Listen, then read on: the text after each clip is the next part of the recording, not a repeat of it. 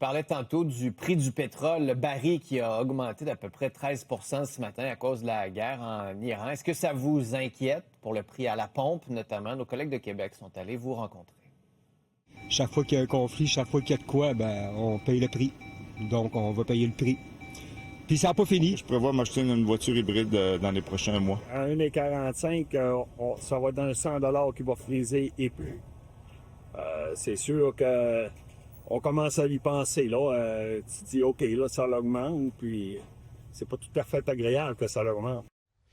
Augmente le prix du gaz. Va-t-il falloir aller à l'électrique ou peut-être que ça va se calmer dans les prochaines semaines? Francis Gosselin, vous le connaissez, chroniqueur économique, est avec nous. Salut, Francis. Bonjour Philippe Vincent. C'est peut-être l'effet le plus concret là, pour les gens de cette guerre-là ici, c'est le prix du gaz. On l'a dit tantôt, à cause du détroit d'Ormuz, c'est 20 du pétrole qui va par là. L'Iran produit 12 du pétrole mondial. Le Moyen-Orient est à feu et à sang en ce moment, donc ça reste complexe. Oui, tout à fait, Philippe Vincent. Puis bon, la seule chose qu'on ne sait pas, c'est combien de temps ce conflit-là va durer. Pour l'instant, effectivement, le détroit d'Ormuz, là, comme tu l'as bien dit, est fermé à la navigation. Puis c'est pour deux raisons. Évidemment, on ne souhaite pas que les navires soient attaqués, mais il y a aussi la question des assurances, là. Donc, même une fois que le détroit serait réouvert, est-ce que les assureurs vont souhaiter souscrire là, au fait que des navires passent par là avec la chance non nulle là, que ces bateaux-là soient attaqués? Donc, évidemment, ça prive là, le monde entier d'approvisionnement régulier en pétrole. Ça pourrait engendrer donc une flambée des prix. Pour l'instant, là, effectivement, on a vu une hausse là, au cours des dernières heures, mais il faut quand même montrer que depuis un mois, là, le prix du baril est passé de moins de 60 $ à près de 80 $. Là. Donc, on est en augmentation de entre, selon les types de pétrole, là, entre 17, 18 et 25 %. Donc, c'est quand même assez significatif. Ça prend un certain temps avant de se refléter dans les prix à la pompe, mais tôt ou tard, on va le voir. Là. Je regardais hier, là, le prix était autour de 1,40 $, 1,45 $. Ça pourrait monter peut-être 1,60 $. Puis évidemment, si le pétrole brut continue d'augmenter, passe la barre du 100 $ le baril, ben là, évidemment, il n'y a pas de limite supérieure comme on l'a déjà vu dans le passé. L'impact de second ordre, c'est que là, tu as tous les transporteurs, là, les camionneurs, les gens qui naviguent, les avions, évidemment, qui transportent des marchandises, les agriculteurs. Eux, c'est un intrant très important pour eux. Donc, c'est sûr que si le prix augmente comme ça à la pompe, ben ça va avoir un impact sur le coût des biens. Et donc, ça pourrait créer une pression inflationniste là, pour le Canada, pour le Québec, pour l'ensemble de la planète. Oui, est-ce qu'on pourrait voir un peu ce qu'on a vu après la pandémie? Encore une fois, on pourrait, là, je veux pas être prophète de malheur, puis je ne souhaite pas que ce conflit-là s'éternise. M. Trump dit entre 4 et 5 semaines encore. Là. Ben, c'est ça, exactement. Donc, on ne sait pas exactement quels sont les objectifs. Là. Dans des petits quand dit M. Trump, on est quand même un peu dans l'incertitude. Quand est-ce qu'on va assumer que la mission est accomplie, que le régime est complètement déstabilisé et prêt à repartir sous un autre nom?